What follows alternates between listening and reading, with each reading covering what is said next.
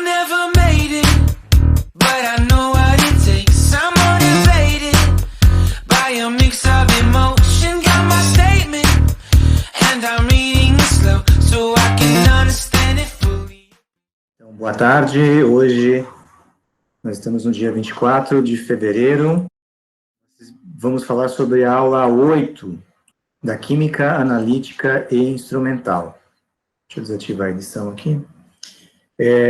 Eu já aumentei o prazo, tá, da atividade 7 até o dia do domingo, tá, o dia 28. Bom, antes só vamos dar uma recapitulada, né, no que é o estudo 7. O estudo 7, a gente falou dos indicadores de pH e da ionização e hidrólise. Então, lá no nosso livro didático, a gente fala dos indicadores. O que são os indicadores ácido-base?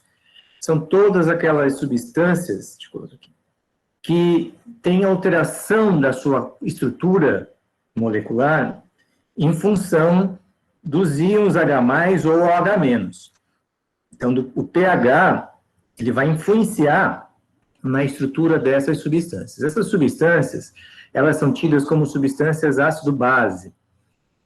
Então, um indicador ácido que age muda de cor nessa faixa ácida, ele, em presença de água, libera H+, e forma uma base conjugada. E essa base conjugada, ela vai ter uma estrutura diferente da forma lá do indicador ácido. Então, conforme o pH, o indicador tem uma cor A antes, e depois que altera o pH, ele tem uma cor diferente.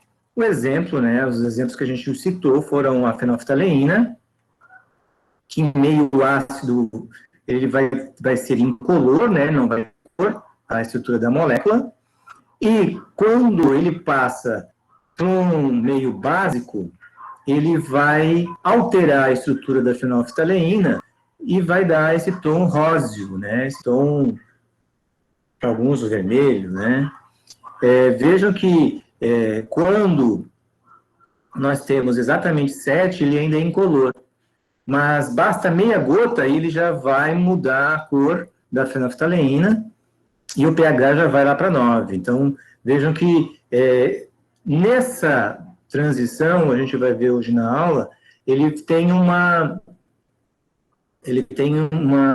mudança bem sutil já, dependendo do volume de base, que a gente coloca no sistema.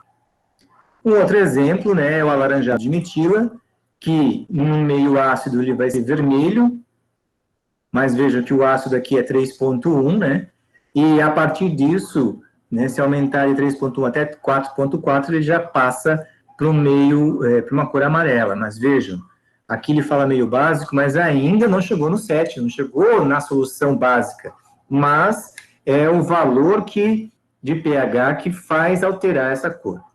Esse tipo de indicador, ele é muito interessante quando a gente vai analisar, por exemplo, ácidos fracos, tá?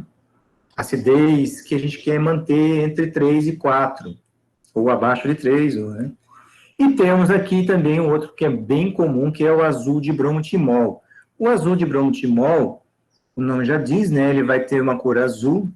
Em meio básico, ele vai ficar azul, básico mesmo, que é acima de 7, e abaixo de 7 ele vai ser amarelo. Então, vejam aqui, o 7, inclusive, que é o neutro, ele vai ter uma cor intermediária entre o azul e o amarelo, que nesse caso é o verde, porque meio de amarelo, meio de azul, se mistura e dá o verde. Por quê? Porque nós temos aí a mistura das duas configurações do azul de bromotimol, que é o que dá a cor amarela e é o que dá a cor azul, tá? Então, vejam que o pH é muito importante para essas substâncias. E hoje nós vamos falar de volumetria, nós vamos falar também vamos relembrar um pouquinho dos indicadores. E falamos também que, para auxiliar no laboratório, nós temos o que a gente chama de indicador universal, que são tiras de papel que nos auxiliam para ver a faixa de pH. Ele não vai dar o pH exato, mas ele vai dizer, ó, tá na faixa do 7, tá na faixa do 8, tá na faixa do 2, do 3. Ele dá a faixa de pH que vai se encontrar a solução que você quer analisar. Aí, nesse caso, você pega a tira de papel, molha na solução que você quer analisar e compara com a escala que ele vai trazer na caixa desse papel. Tá? Então, isso nós temos lá no laboratório. Pode perguntar, Caco. Eu estava pensando, né, olhando lá o material, que, por exemplo, esses indicadores, esses níveis de pH, a temperatura ela tem que ser de 25 graus, não é isso? Mas é assim, ó, dependendo do pH, da temperatura, ele vai influenciar um pouco, tá? Quanto menor a temperatura, não influencia tanto, mas agora, quanto maior a temperatura, ela influencia bastante. Por isso que, em muitos casos, no laboratório, a gente usa um instrumento chamado pHmetro. O pHmetro, ele já vem com um sensor de temperatura, e que, depois que você calibra ele, ele faz essas correções para não ter esses erros, viu, Caco? E no caso, entendi. No caso do mosto do vinho, qual que é a temperatura que ele fica? Depende, né? Depende das condições que vai fazer a vinificação. Por exemplo, na serra, você tem que manter uma temperatura mais amena, né? Não pode ser muito gelada, né? Porque, por isso que, assim que faz a colheita, que é agora, né? Está acontecendo a vindima, né? Dependendo da variedade, assim que você já colhe, você já leva para fazer o mosto e já se prepara para começar a vinificação, né? Para aproveitar as temperaturas mais altas. Lógico, você não pode ter uma temperatura muito alta, porque você pode causar problema na tua fermentação, né? Mas aí tem os controles, né? Dependendo da capacidade da vinícola, ela tem já alguns controles. Lá no Instituto, nós temos problemas sérios, porque se tiver muito baixa temperatura, a levedura trabalha bem lenta. E se estiver muito quente, a gente tem que colocar tem que fazer o resfriamento, né? Por isso que nós temos algumas geladeiras que a gente chama de DBO, ou para poder colocar lá o nosso fermentador e aí fermentar na temperatura ideal, né? Mas o controle de temperatura é muito importante. Agora, eu não posso te afirmar qual é a temperatura ideal, tá? Mas não pode passar dos 30, pelo que eu sei, né? Passou de 30 graus é problema, tá? Mas isso, com certeza, vocês vão ver lá mais tarde em vinificações, né? Que daí tem toda essa parte. Mas o mosto, ele vai... Quando você mede, ele vai estar a temperatura ambiente, né? Que vai ser entre 25, dependendo da época, né? 25, no máximo 28. A serra é uma coisa interessante, né? Pelo menos Urupema, né? É difícil você chegar aos 30, né? No verão brabo mesmo é difícil. E no inverno é bem fácil você chegar aos 10, né? No laboratório é bem fácil. Mas, no mais tardar, a colheita da uva ela vai acontecer em maio, né? Com aquelas mais tardias. Então, você vai ter ainda temperaturas, vamos dizer assim, boas, né? Para poder fazer a sua vinificação. Mas isso vai controlando lá no aparelho, né? Na verdade, você pega primeiro você tem que fazer o mosto completo, né? E aí você já vai para os tanques, né? Ou para as dornas, né? E aí você mostra e tira, que vai misturar tudo, né? Tem gente que controla o que sai na flor, ou depois o que sai depois, porque tem gente que controla o primeiro mosto para fazer tal coisa, entendeu? O último da prensagem, depois ele usa para outra coisa. Mas se misturar tudo, pega a amostra final e faz a medição para ver qual é a acidez, né? Uhum. A gente vai ver na prática, né? Vamos, com certeza, tá? A gente vê na prática, porque a gente, até o mosto, a gente tem que traçar acidez, né? A acidez é uma propriedade importante para se saber, né? Assim como o pH. Então, a gente mede pH e depois a gente pode medir com papel, se quiser ir rápido, ou mede com o pHmetro. E a acidez é feita através do método que a gente vai ver hoje, que é volumetria. Aqui, então, a gente mostrou os exemplos, né? Os exemplos de indicadores que a gente tem, que cada indicador tem uma faixa que a gente chama de faixa de viragem, que ele muda a cor, diferente, né? Vejam que vai desde o mais ácido até o mais básico, né? Que é a faixa de viragem que eles mudam. A fenolftaleína, que está ali entre 8,2 e 10, é uma faixa, vocês podem se perguntar, pô, professor, mas não vai ser neutro. Mas é porque a faixa de viragem dele já gotas, né? Às vezes menos que uma gota já faz a viragem. Tem uma propriedade bem interessante que a gente não vai ver hoje, vai ver na semana que vem, que chama-se curva de titulação, onde eu vou mostrar passo a passo o que vai acontecer. Bom, depois a gente falou da questão da ionização.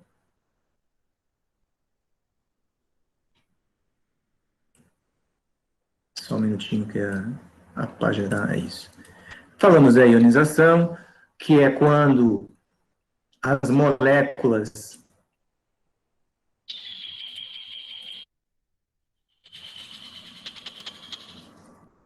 aqui.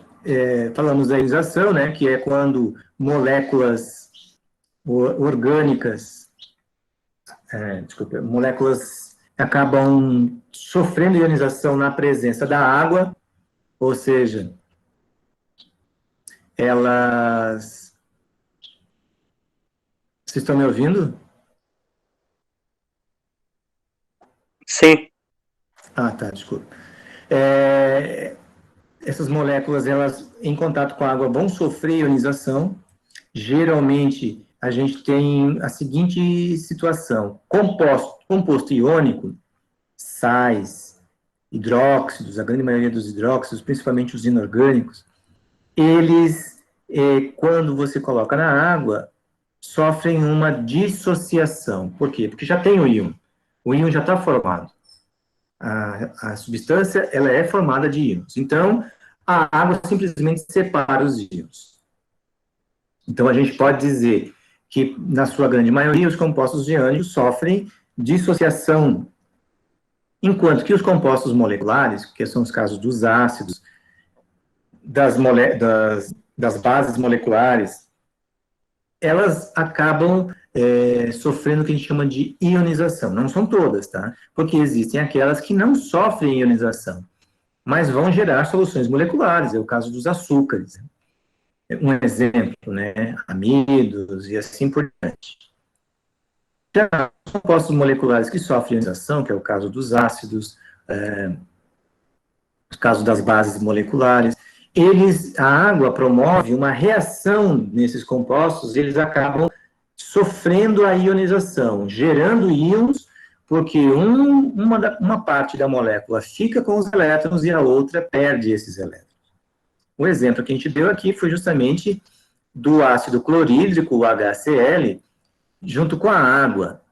O hidrogênio perde o elétron e acaba se juntando com a água, enquanto que o Cl, que ficou com o elétron, sai sozinho na forma de cloreto.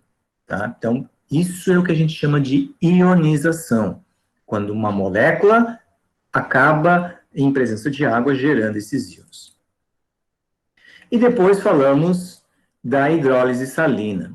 A hidrólise salina, ela acontece sempre quando um sal, que tem uma das suas partes, ou cátion ou o ânion, que veio de um componente fraco, ele reage com os íons da água. Lembrando, né, que a água sofre autoionização. Pouco, né, uma substância que sofre ionização fraca, né, 10 na menos 7 moléculas a cada litro, mas tem esses íons. Então, quando um componente do sal vem de um dos itens, ou do sal, ou do ácido, ou da base, que é fraca, ele reage com os íons da água, restaurando esse ácido ou base fraca. E aí vai acontecer o que a gente chama de hidrólise. Então, nós temos quatro contextos, vamos dizer assim, né? Os sais que vieram são derivados de um ácido forte e uma base forte. Esses nunca vão sofrer hidrólise, eles só vão manter os íons na solução. E tem os sais derivados de ácido fraco e base forte. Então, a parte que vem do ácido fraco reage com a água. Os sais derivados de ácido forte e base fraca, então a parte da base fraca que vai reagir com o íon da água, e com aqueles sais que vêm tanto do ácido fraco como da base fraca, que acontece daí a hidrólise dos dois, a reação dos dois. Então, lembrando, né, ó, os íons da água, a cada 1 litro, 10 a menos 7 íons, né, são gerados. Íons H+, e íons OH-. Se a água for pura, ela vai ter pH 7, ou seja, tem 10 a menos 7 de íons H+, e 10 a menos 7 de íons OH-. Agora, então, quando tem um sal que vem de ácido forte ou base forte, o que acontece é manter esses íons que tem na água. Então, fica com pH 7. Então, um sal que vem de ácido forte e de base forte vai manter a solução neutra. Se ele vem de um ácido fraco e uma base forte, é a parte que veio do ácido fraco que vai reagir com o íon da água, ou seja, com H+, para restaurar esse ácido fraco. E ele vai liberar OH-. Então, a solução vai ficar com pH maior que 7. Ela vai ficar com caráter básico, porque libera a hidroxila. O contrário, se ele vem de um ácido forte e uma base fraca, então é a base fraca que vai liberar o íon H+, e vai restaurar a base. Então, por quê? Porque vai reagir com esse íon da água. Então, ó, se libera H+, o pH é menor que 7. Então, a solução resultante vai ser ácida. E se for os dois? Os dois vão reagir com os íons da água. Se a constante do ácido e da base forem iguais, vai ser neutro. Agora, se um é maior que o outro, aí prevalece o que tiver a maior constante. Se for o ácido, vai ser ligeiramente ácida. Se for a base, vai ser ligeiramente básica. Só lembrando, constante do ácido, constante da base, constante do ácido é a constante de ionização desse ácido. Quanto maior a constante, mais forte, mais ionizado. O mesmo serve para a base. Tá? Então, aqui tem um resuminho, né? Mostrando justamente isso. Se o sal vem de um ácido forte e uma base fraca, a solução final vai ser ácida. Se ele vem de um ácido fraco e uma base forte, a solução final vai ser básica. Se vem de ambos fracos, ácido e base, depende da constante do ácido e da constante da base. E se vem de um ácido forte e uma base forte, ela vai ser neutra. Por quê? Porque não acontece hidrólise. Tá? Então, por isso, aqui tem daí uma aula do professor Max, né, que é interessante para vocês assistirem, em que ele fala justamente dessa parte da hidrólise. Então, isso foi o que nós vimos na semana passada. E eu, inclusive... Desculpa, deixa eu sair aqui. Eu, inclusive, depois coloquei aqui também um lembrete, né, sobre o que é ácido, o que é base. Deixa o sistema abrir, né, ele está meio pesado. Não sei se é a minha internet. Opa, voltou. E aqui é um lembrete do que é um ácido, o que é uma base, quem que é um ácido forte, o que é uma base forte. Sempre lembrando que os sais, né, os sais são sempre o resultado da reação de um ácido com uma base. Então, quando eles reagem, esse ácido com uma base vai gerar sal e água. Então, os sais que a gente consegue é porque já veio dessa reação. Se a parte que vem do ácido é fraca, ele sofre hidrólise, assim como a parte que vem da base fraca. Quando vem da parte do ácido ou da base forte, não sofre hidrólise nenhuma. Então, aqui, essa parte, só para lembrar o que é ácido, o que é base, como que eu identifico que um ácido é forte, né, ou se ele vem de um oxiácido, como é que eu tenho que fazer a continha, e quando que ele vem da base, né, quais são as bases que são fortes. Aquelas bases que vêm da família 1A e da 2A, com exceção do magnésio. Aqui tem alguns exemplos para a gente perceber isso também, se vai sofrer hidrólise, se não vai sofrer hidrólise. Quando vem dos fortes, né, não sofre hidrólise. Quando tem uma parte fraca, já vai sofrer hidrólise. Tá? Eu peço a vocês que refaçam, né, refaçam as suas leituras para poder terminar a tarefa. Certo? Lá na nossa página, então, do estudo 7, está também a gravação da aula passada. Então, eu peço que vocês deem uma analisada lá. Tá? Se precisar recapitular, né? Lá está bem explicado. Deixa eu voltar aqui, voltarmos para a página da aula. Então, vejam que eu tentei colocar os nossos conteúdos teóricos da química analítica de modo que, passo a passo, a gente vai construindo um conhecimento para chegar naquelas técnicas que são tão importantes. Tanto que vocês vão perceber que o livro da próxima unidade, da unidade 8, né, do estudo 8, ele tem um pouquinho mais de conteúdo justamente para auxiliar, né? O que aconteceu aqui? Está com problema na página.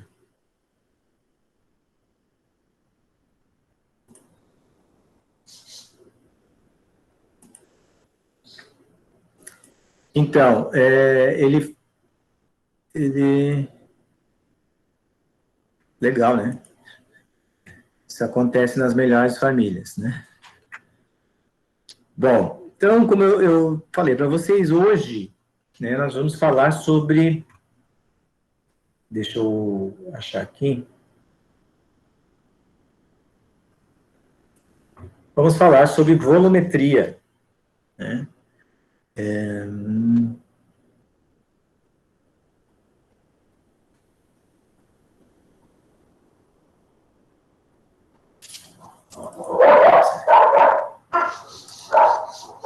Não.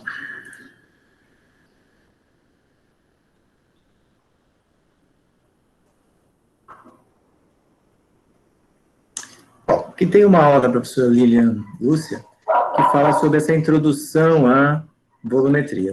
Eu me baseei nessa aula dela para fazer essa introdução ao curso, né? Deixa eu ver se ele já voltou lá, se podemos retornar. E está no material complementar, não? Não, mas eu vou colocar lá como material complementar, tá? É porque eu não peguei só de um material, ó, aqui, vamos para o número 8. Eu não peguei de um único material, tá? Até, vamos falar, Caco, porque eu não sei se vocês viram a notícia que eu coloquei lá nos grupos, né? Que o IFSC, Da biblioteca. Isso.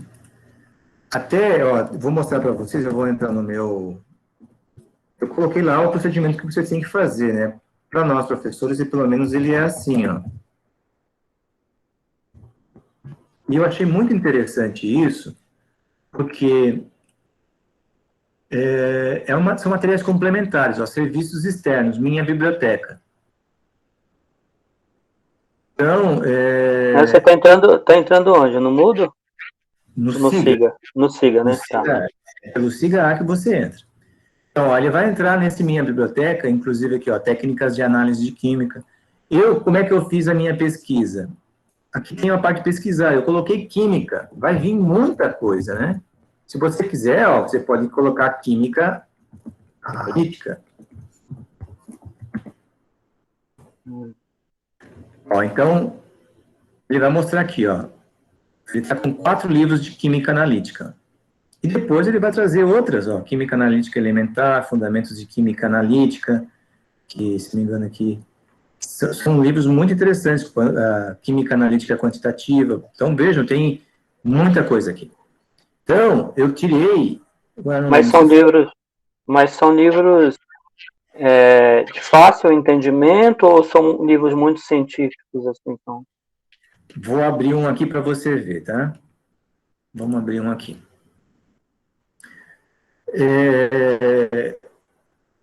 Não vou dizer para vocês que a leitura é fácil, tá? Mas, como nós estamos falando de certos capítulos, ela vai ajudar vocês a fazer essas... Ó, por coincidência, parou onde eu estava vendo, ó, volumetria, tá? Então, ele vai dizer o que é a titulometria ou volumetria, que são... Né?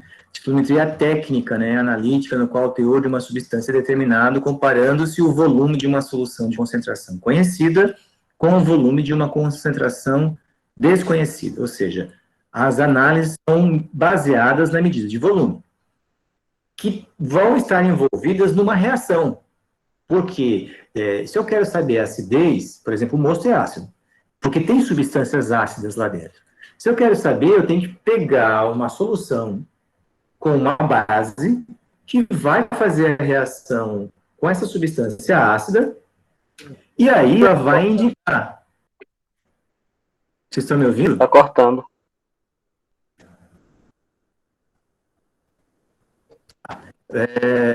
Então, você vai pegar essa substância básica e reagir com a substância ácida lá dentro. Isso é uma reação química, que a gente chama de neutralização, e através do volume gasto, você consegue fazer o cálculo. Tá? Então, só estou mostrando isso aqui para vocês, para quê? Porque isso aqui é um livro que você pode consultar. E aqui, no lado, ele vai dar o índice, ó, o capítulo 1, estudo da química analítica, soluções, a gente já falou de soluções, técnicas de reações analíticas, né? E o que a gente está vendo, ó, titulometria. Tem preparo e padronização de soluções, e depois vem para a titulometria. Por que eu estou mostrando isso para vocês? Porque são livros que vocês podem consultar e devem consultar. Tá? Então, voltando lá para o nosso capítulo, aqui no capítulo, como vocês sabem, praxe da nossa, é um padrão da nossa página, tem o livro didático, aqui que é onde está o link, né? Tem uma atividade. Na atividade aqui, eu coloquei nas últimas questionários, né? Porque dentro do questionário tem uma variação, não é só pergunta com as alternativas, né? Para você, não coloquei o material complementar, mas vou colocar. Já estou avisando que, como aquele livro está disponível, ele também é um material complementar, só que eu não consigo colocar aqui, porque eu não sei como é que eu acesso para vocês. Mas lá, quando eu coloquei a notícia, nos grupos, tá? Lá tem passo a passo como você faz para entrar. Então, vamos lá para o nosso livro didático. Vejam só, análise volumétrica, ele é um método que se utiliza do volume de uma substância padrão que reage, né, ou padronizada, que reage com uma substância que você quer conhecer a concentração. Então, no final dessa reação, ele vai te possibilitar fazer um cálculo e determinar a concentração dessa solução. Tá? Então, aqui tem uma fotinho mostrando que isso é o que a gente faz na prática, né? Isso é o que a gente vai fazer no laboratório quando a gente for para lá. Então, ó, alguns chamam de titulação, outros chamam de volumetria. Tá? A titulação é o processo, né? Porque eu tenho diferentes tipos de volumetria, que nós já vamos falar já em seguida. Então, ó, titulação, processo na qual uma solução padrão ou uma solução de referência é adicionada a uma solução que contém um soluto que se deseja analisar até que se complete a reação. Volumetria é um método baseado na determinação do volume de uma solução de concentração conhecida, que nós chamamos de titulante, necessário para reagir, né, quantitativamente com um soluto, que a gente chama de titulado. Então, aqui no desenho a gente pode ver, ó, tem uma bureta, porque eu preciso saber exatamente qual é o volume que foi gasto, onde vai estar o padrão, e um LMEA, onde você vai colocar a sua amostra, ou também chamado analito, ou titulado, que é onde vai acontecer a reação. Lá no LMEA, além do titulado, a gente coloca também uma substância chamada indicadora, que foi aquela que a gente estudou na semana passada. Tá? E o indicador ele é muito importante, porque ele vai te dizer quando terminou a reação. Tá? Porque quando mudar, é porque terminou a reação. Bom, então, a reação química no método volumétrico. Os requisitos, né, para uma reação química ser usada como base, né, nesse método volumétrico. Ela deve ocorrer uma reação simples, que possa ser expressa por uma equação química. A substância a ser determinada deverá reagir completamente com o reagente adicionado nas proporções estequiométricas. Já vou depois dar um exemplo. Deve ser praticamente instantânea ou proceder com grande velocidade. O equilíbrio seja imediatamente estabelecido a cada adição do titulante. Deve haver alteração de alguma propriedade física ou química, como pH, temperatura, condutividade, da solução no ponto de equivalência. Então, o ponto de equivalência é quando a reação termina. Então, quando chegar nesse ponto, tem que mudar alguma coisa. pH, temperatura, condutividade. E aí a gente tem que ter condições de saber quando chegou nesse ponto. Deve haver um indicador, tá? Um indicador ou um instrumento que nos indique que chegou nesse ponto que nós queremos, tá? Que provoque a mudança de propriedade física. Então, essa é a reação, as reações têm que ter esse tipo de característica.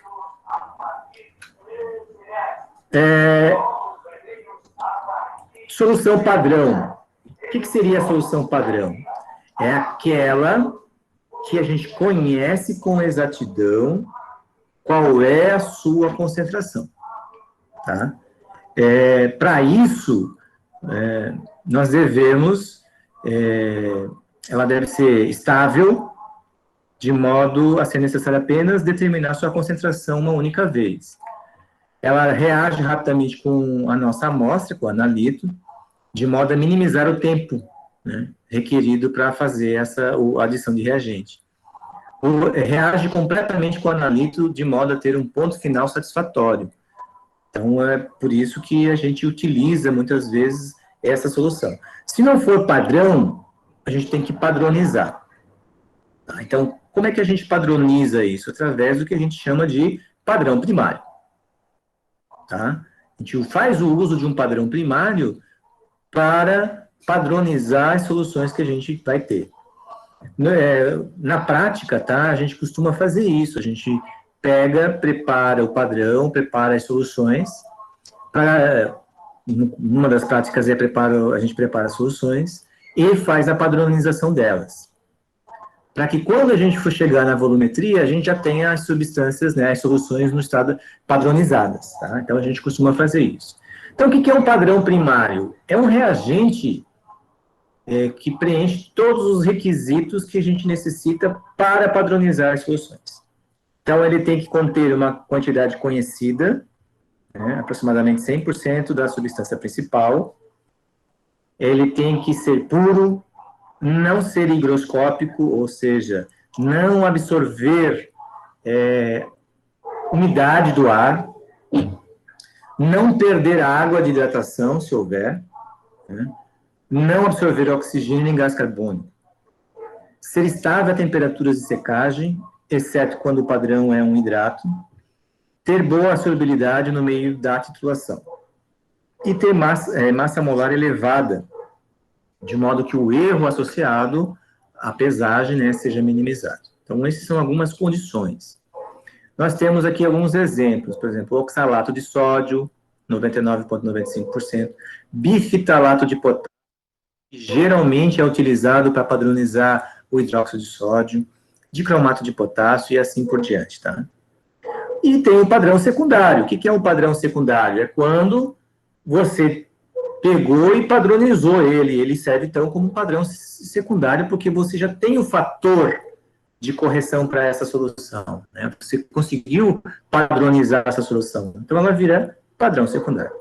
É o caso. Hidróxido de sódio, EDTA, solução de EDTA, solução de nitrato de prata.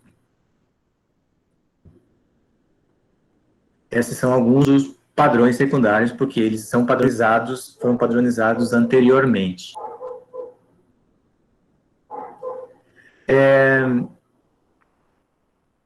Então, vejam só. Aí vem o que a gente chama de ponto de equivalência. Viria, né? Bem. O que vem a ser o ponto de equivalência? Ponto de equivalência é o ponto estequiométrico, ou que a gente chama final teórico de uma titulação. É aquele calculado com base na estequiometria da reação envolvida na titulação. Por quê? Porque daí a gente consegue determinar quando, né, nós vamos ter o final da reação. Eu vou mudar aqui para o PowerPoint, só para a gente observar. Vou pegar uma outra aqui.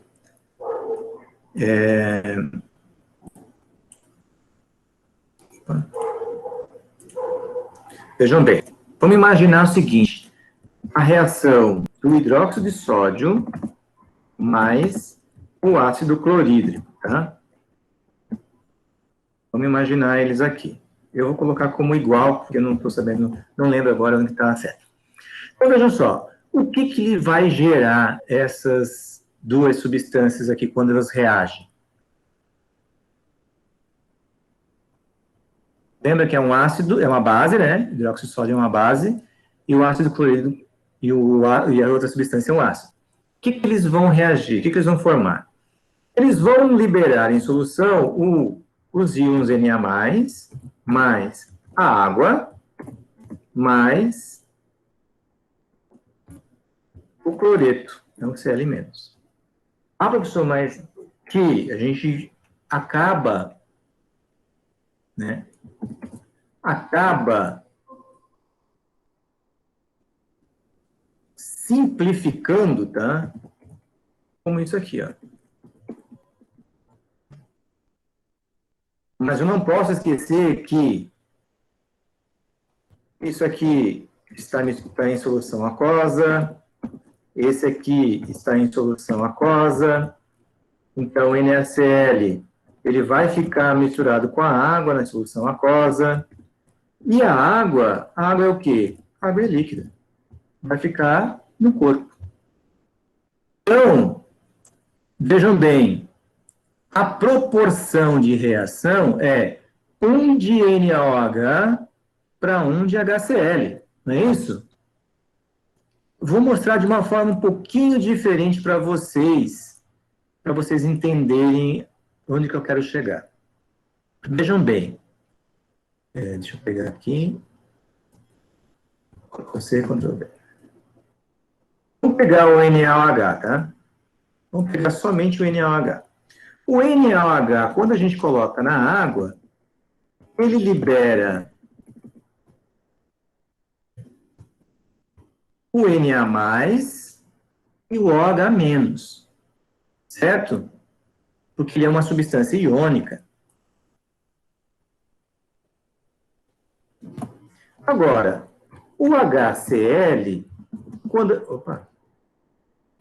o HCl, que é um ácido, quando a gente mistura ele com água, ele libera o H+, mais o Cl-. Certo? Vejam bem, uma base forte e um ácido forte. Os íons não sofrem hidrólise. Então, se a gente observar, ó, olha bem aqui, até vou colocar mais um espacinho aqui, para ficar um embaixo do outro. Olha só quem está aqui, ó. Não é o hidróxido? Vamos colocar uma cor diferente aqui.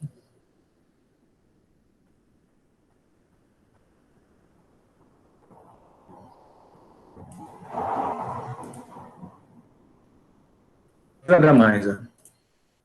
O H- com H+, vai gerar o quê? água.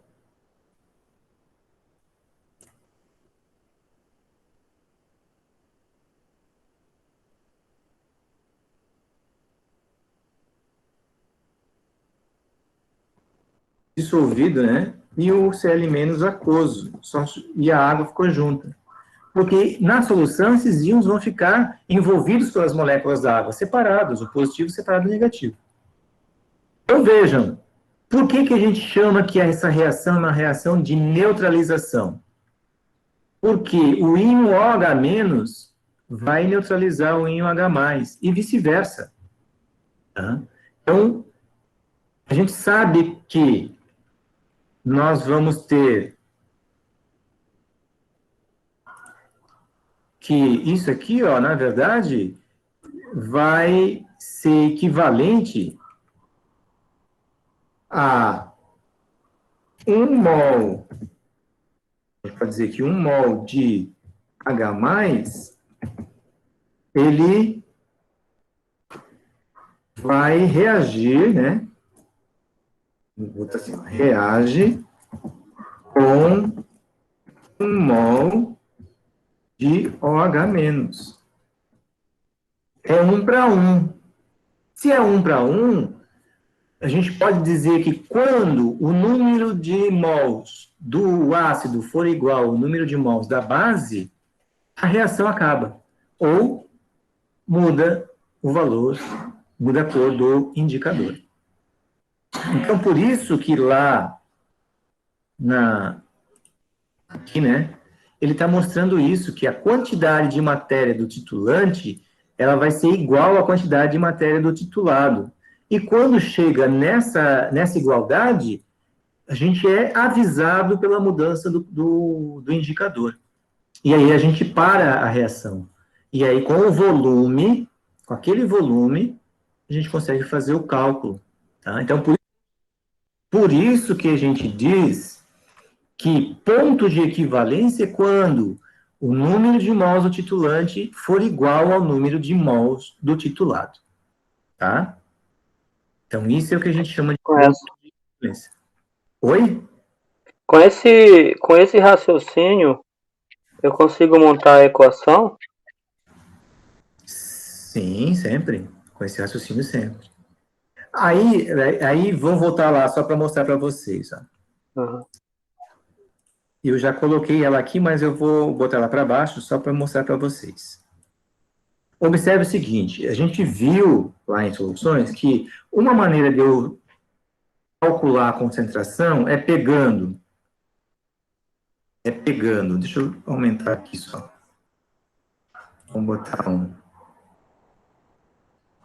Para ficar melhor para vocês verem.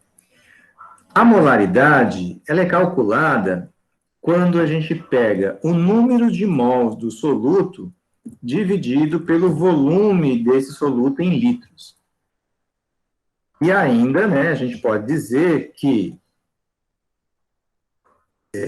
esse número de mols do soluto, ele é, então eu posso dizer que ainda é igual, né, a massa desse soluto dividido pelo mol desse soluto vezes o volume em litros.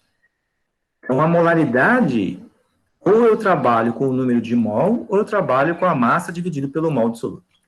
Mas se a gente trabalhar com o número de mol de soluto, veja só o que acontece, que coisa interessante.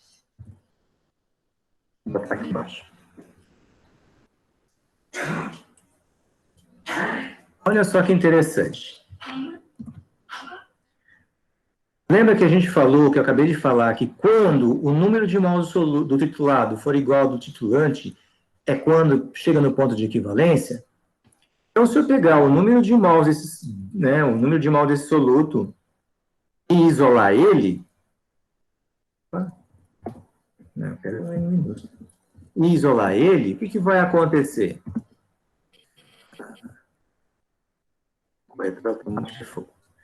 Vejam bem, a molaridade fica multiplicada pelo volume. E é com essa base aqui, ó, vamos botar até em vermelho. E é com essa base aqui que a gente chega na fórmula aqui embaixo. onde a solução 1 pode ser a padrão, né, ou o titulante, né, a amostra, a molaridade da solução 1 vezes o volume da solução 1 é igual à molaridade da solução 2 vezes o volume da solução 2. Ou molaridade do ácido vezes o volume do ácido é igual à molaridade da base vezes o volume da base. Aí eu tenho condições de calcular a concentração do que eu estou procurando. Por quê? Porque eu vou saber qual é o volume, por exemplo, quero saber a acidez, né? Qual é o volume do ácido que eu vou usar da minha amostra. Vou saber a concentração do meu padrão, que vai ser a base. E aí, pela titulação, eu vou saber qual é o volume que eu vou gastar. Então, o que vai faltar para eu encontrar? A concentração do ácido que eu quero saber. Então, por isso que a gente usa a volumetria, tá? Deixa eu voltar lá. Como é que eu calculo o erro? O erro eu só calculo porque eu, teoricamente, posso saber qual é o volume que eu vou precisar para chegar no ponto de equivalência. Teoricamente, eu posso determinar. E depois, na prática, qual é o volume que realmente a gente chegou, né, no ponto final? E aí eu consigo determinar qual é o erro que está embutido no método. Bom, eu posso classificar as volumetrias, porque não existe só ácido base, tá? Eu posso classificar em direta ou indireta. A direta é quando a reação ela é rápida o suficiente, né? A reação entre a solução padrão e a minha amostra é rápida o suficiente. E a indireta é quando ela não tem uma velocidade assim tão rápida, tá? Que aí a gente diz que é uma titulação de retorno ou contra-titulação. E também eu posso classificar conforme a técnica. Vejam bem, se a reação que acontece é de ácido-base, ou também chamado de neutralização, eu tenho volumetria de neutralização. É quando eu uso um ácido ou eu uso uma base padrão para determinar a acidez ou basicidade. Pode ser também de precipitação. Por quê? Porque daí a reação que vai acontecer vai gerar como um produto um precipitado. Tá? Aí, por isso que a gente chama de volumetria de precipitação. A de oxirredução é porque a reação que vai acontecer ocasiona o que a gente chama de transferência de elétrons. O padrão transfere elétrons ou o padrão recebe elétrons da amostra, da substância que está na amostra. E a última é quando eu tenho a complexação. Mas o que reduz? Oi? Falar de oxirredução, reduz alguma coisa? Sim, um elemento sofre oxidação e, por consequência, o outro sofre redução. Por isso que a gente fala que oxirredução é quando há transferência de elétrons. Então, um componente transfere elétrons para outro. E aí ele sofre redução, e o outro sofre, um sofre redução e o outro sofre a oxidação. Tá? Tem uma análise que a gente faz no vinho, que é dos açúcares residuais, né, os açúcares redutores, que é justamente usa esse princípio, tá, da oxirredução. Então, a gente diz que é uma titulação de oxirredução. E a complexação é a volumetria onde, geralmente, é para analisar metais, íons metálicos, em que a gente coloca lá um outro componente padrão, que ele se complexa com esse íon metálico, e daí você consegue determinar através da reação que acontece. A mais utilizada, e principalmente pelos enólogos, né, é a de neutralização. A volumetria de neutralização é quando a solução padrão, né, é o que a gente usa como titulante, a gente vai colocar lá no sistema. Ela tem que ter a sua concentração padronizada, determinada, exata. Quanto mais exato, melhor ainda. E o titulado é a solução da nossa amostra, que a gente chama de analito. Então, a nossa amostra é aquilo que a gente quer determinar, ou acidez ou basicidade. Né? Então, aqui nessa figura, nós temos o sistema básico para a titulação, onde a gente vai precisar de uma bureta, De preferência, bureta padronizada, né? Senão a gente padroniza para ver se está dentro das especificações. Garras metálicas para poder fixar essa bureta num suporte universal. Suporte universal, ele tem essa base com uma haste de metal, né? Então, as garras metálicas servem para poder segurar esse sistema. A bureta é essa vidraria que tem uma torneirinha, que daí a gente consegue controlar. Um Erlenmeyer, que a gente chama frasco ou copo Erlenmeyer, que a gente já falou dele, né, lá nos utensílios de materiais do laboratório, que é um frasco justamente que é próprio para poder fazer esse método de volumetria. Um indicador compatível com o tipo de volumetria que você vai utilizar. Então, esse é o sistema básico. Tá? Além dele, nós vamos precisar de pipeta, pera de sucção. Para quê, professor? Para poder colocar a amostra no volume correto, né, dentro do Erlenmeyer, e as soluções, né, padronizadas que a gente precisa para colocar na bureta. De preferência, todo cuidado, né, para colocar esse material. Então, aqui, só para reforçar, né, aqui está uma visão, né, um detalhe da graduação da bureta.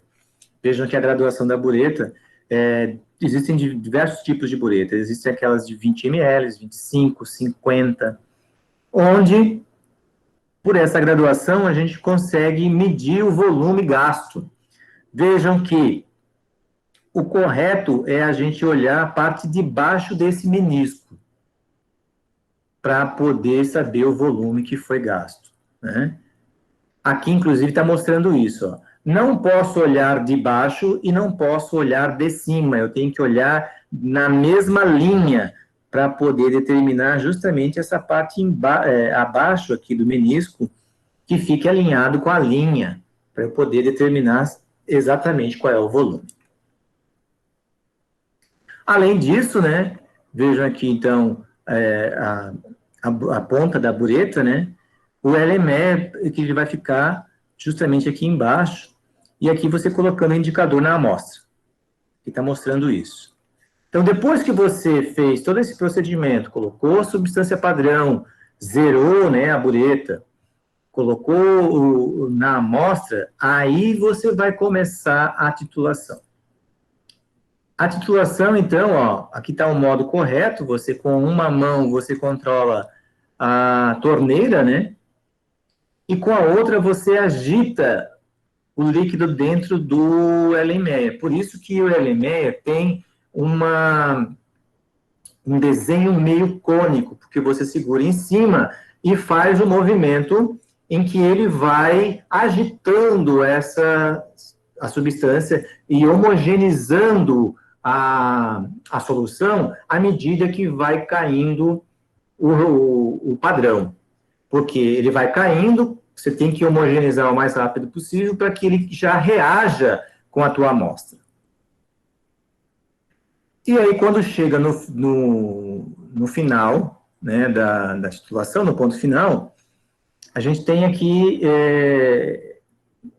a gente tem que tomar cuidado, porque ele é muito rápido, né?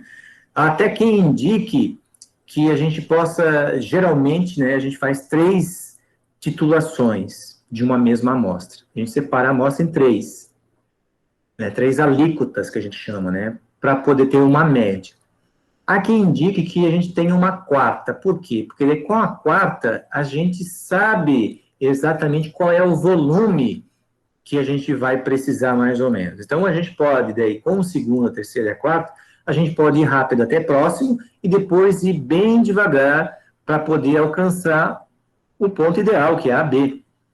O A, vejam só, aqui nessa figura, ele está com meia gota antes, ele parou com meia gota antes de chegar, olha só, menos de meia gota antes de chegar no ponto de equivalência, no ponto final. Vejam que ele está incolor, né? Por quê? Porque ele não atingiu o ponto de equivalência. Aqui, ó, ele já está exatamente no ponto de equivalência. Veja que é um rosa bem clarinho. Tem que ser persistente essa cor, tá? Porque às vezes a gente coloca meia gota ele fica rosinha. Ah, parou. A gente deixa paradinho, ele vai ver que daí, depois que agita, né, que ele vai sumindo, ele vai ficando incolor. Opa, tem que colocar mais meia gota. E se eu colocar uma gota a mais, o que vai acontecer? Já vai ficar muito rosa, quer dizer que já passou do ponto de equivalência. Então, ele já está mais básico, ele não está no ponto de equivalência que seria o neutro, né? Alcançar o ponto certo. Então, se a gente pegar, se vocês entrarem no mapa, o mapa Ministério da Agricultura e Pecuária e Abastecimento. O mapa, ele determina quais são as regras para a gente poder analisar os alimentos, bebidas e assim por diante. Ele determina que ou se faça por titulação, por exemplo, a acidez dos vinhos, né? Ou se faça até atingir o pH de 8,2. Tá? Isso é igual à norma internacional. Por que 8,2? É porque quando alcança justamente essa ponto de equivalência ó, do indicador, é que chegou no 8,2. Então, vejam bem, o volume de equivalência é o ponto teórico que a gente alcança. O volume final é o ponto em que ocorreu completamente a reação. Chegou no ponto final. Então, aqui é só para a gente ver, né? O ideal é a gente chegar no volume final igual ao volume de equivalência. Esse sempre é o ideal. Mas como a gente sabe que na vida, né, nem tudo que é ideal é o que acontece na realidade. Né? E aqui embaixo, aquela fórmula que eu mostrei para vocês, ó, de como é que a gente usa para calcular. Né? Como é que a gente vai calcular a concentração que a gente quer descobrir, né? Depois que a gente faz a titulação. O ideal é sempre você fazer no mínimo 3 titulações para uma amostra. No mínimo, tá? Quanto mais você fizer, melhor, porque você vai diluir os seus erros, vai diminuir os seus erros. Tá certo? Não posso determinar qual é a acidez por uma única titulação, um único experimento. Tem que sempre fazer no mínimo 3, tá? E aqui, né, nessa última parte, foi colocada, eu coloquei alguns métodos importantes, tá? Que são de suporte da titulação, como a medição de massa, o uso das balanças analíticas, ou semi-analíticas, aqui no caso a semi-analítica. O que a gente tem que fazer? Balança analítica, como é que a gente usa? Né? Balança analítica, só para ver, são aquelas que tem com 4 casas após a vírgula, ou até mesmo 5, né? Que são as mais indicadas. Aqui tem um exemplo, nós temos várias lá nos nossos laboratórios, tanto semi-analítica como analítica. Medidas de volume, quais são os equipamentos que a gente usa. Lembrando, proveta, Erlenmeyer, copo de Becker, são utilizados para medir volume, mas não são os indicados, eles são aqueles volumes aproximados. Quais são os que a gente usa para medir com precisão? Pipetas, pipeta volumétrica é a mais precisa, pipeta graduada, aquela menos precisa. Bureta, já é padronizado, e balão volumétrico, que é muito utilizado, inclusive, para fazer as soluções padrão. Tá? Então, esses são os equipamentos que a gente usa para esse manuseio. Para usar pipetas, a gente não costuma pipetar com a boca. O ideal é utilizar equipamentos que nos auxiliem, como pipetador ou peras de sucção.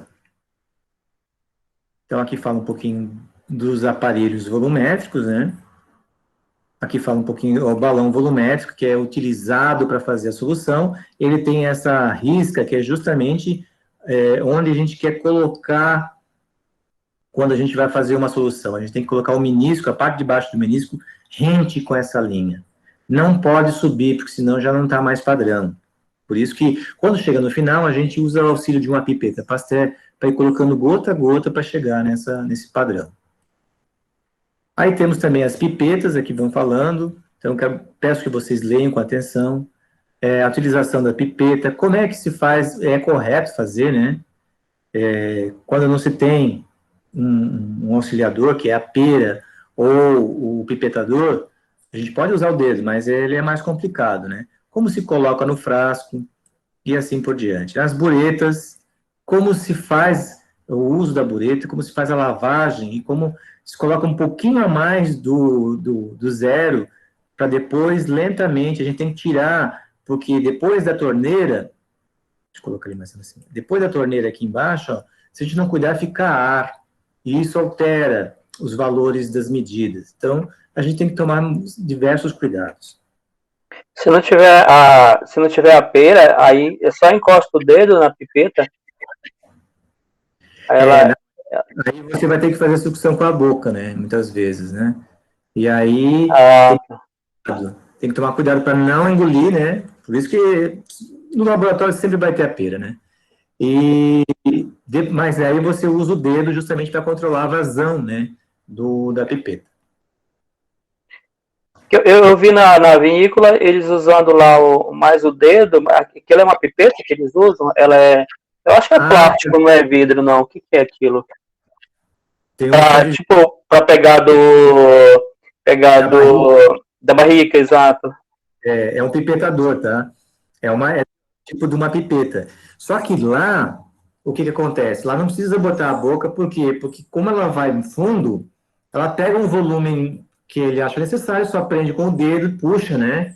E Ah, faz com o dedo. Ali tudo bem. Ali é controla ali no dedo, né?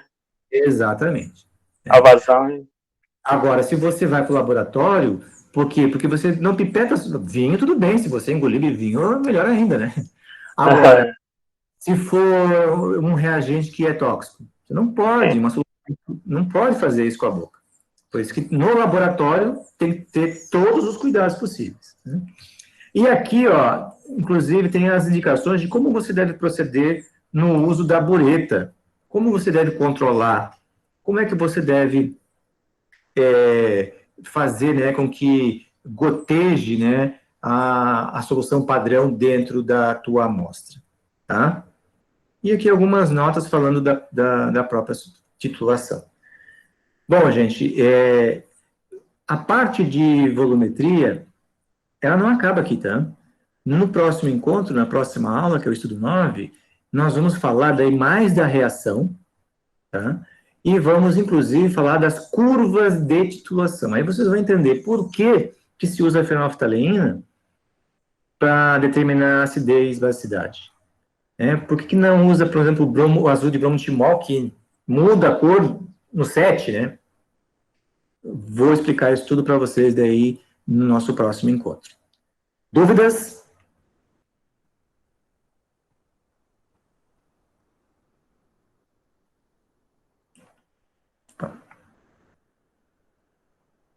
Não tem dúvidas? Ó, eu quero só mostrar para vocês aqui, ó, a atividade 8, ela é um questionário. Deixa eu mostrar, deixa eu ver aqui, para visualização. Ó, nessa questão aqui, ó, quero que vocês entendam bem, vejam que aqui tem as várias, né, vários bureta, solução padrão, suporte universal, LME, amostra, indicador. Você vai clicar em cada uma dessas e vai jogar, vai colocar numa dessas posições, tá? Você vai fazer isso. Então, vejam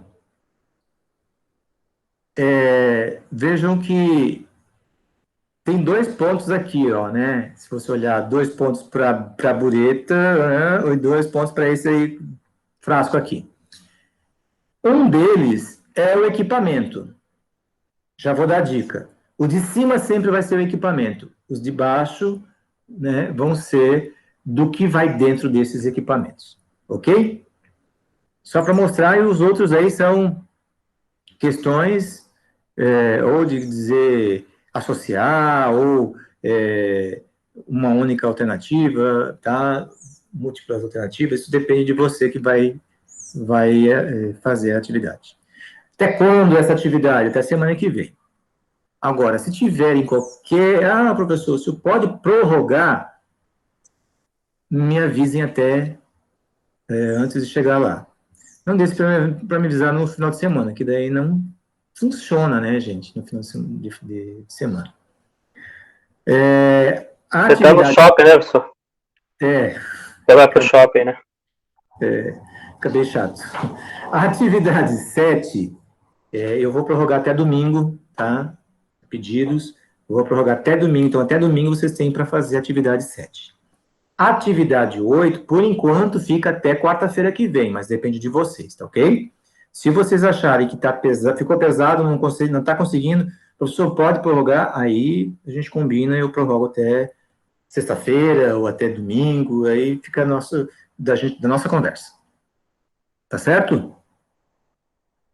Certo. Peço a vocês, vocês, por enquanto, na nossa turma aqui, né, quem está participando, todos alcançaram a primeira avaliação, as 5 primeiras atividades, tranquilo, né, dentro da média e acima da média.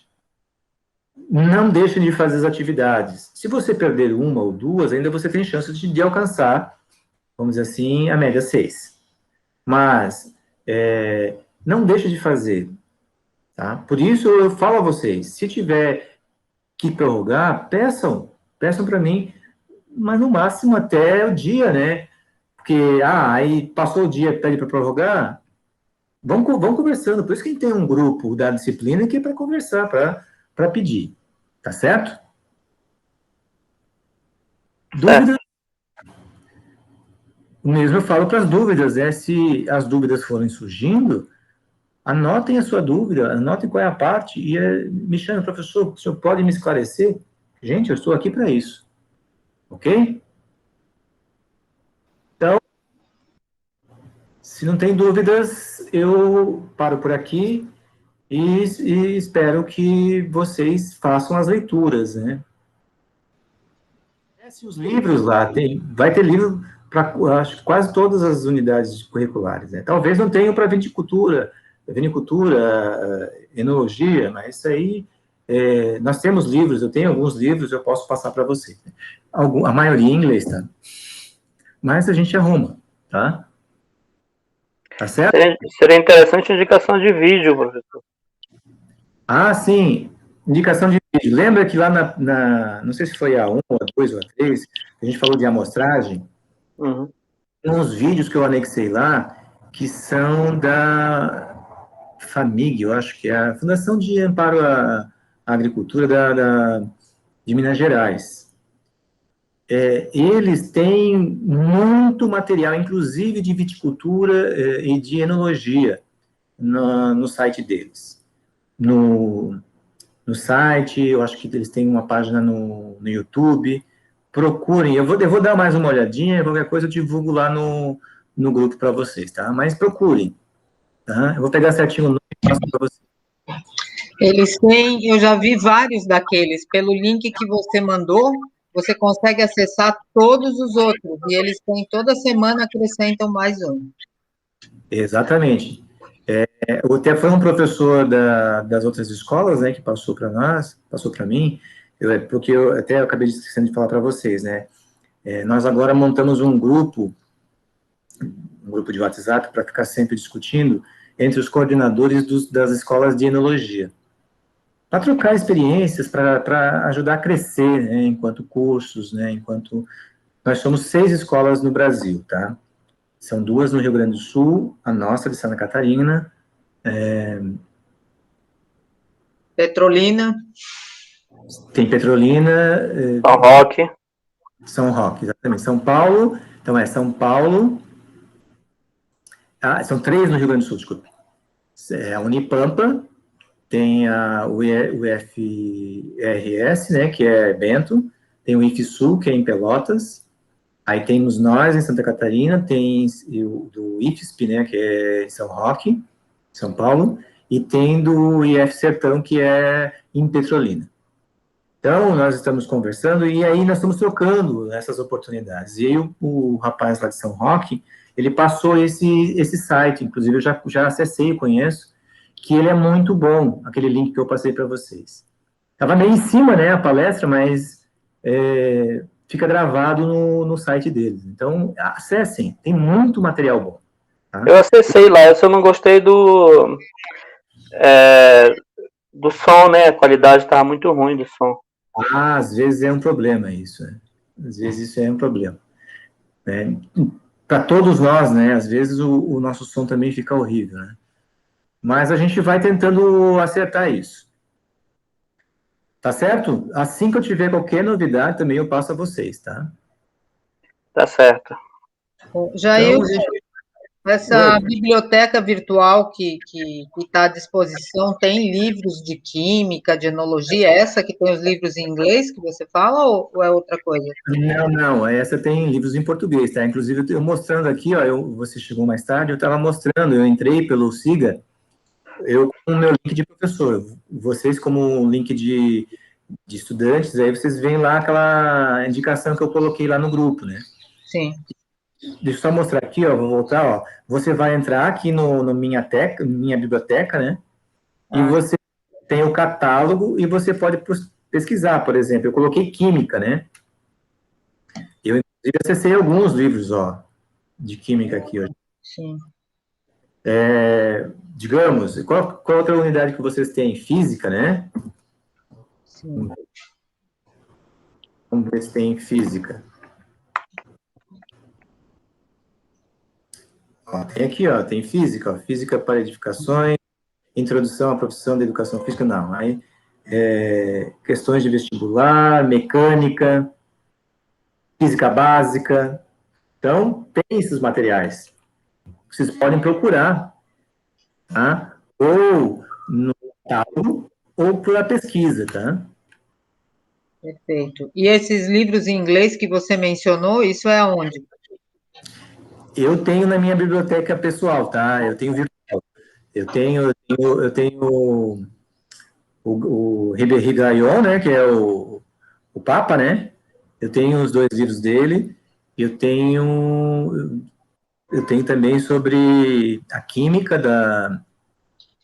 do vinho, tá? Eu tenho bastante livros. Isso eu posso disponibilizar para aqueles que quiserem, né? O livro virtual, tu disse. Livro virtual, né?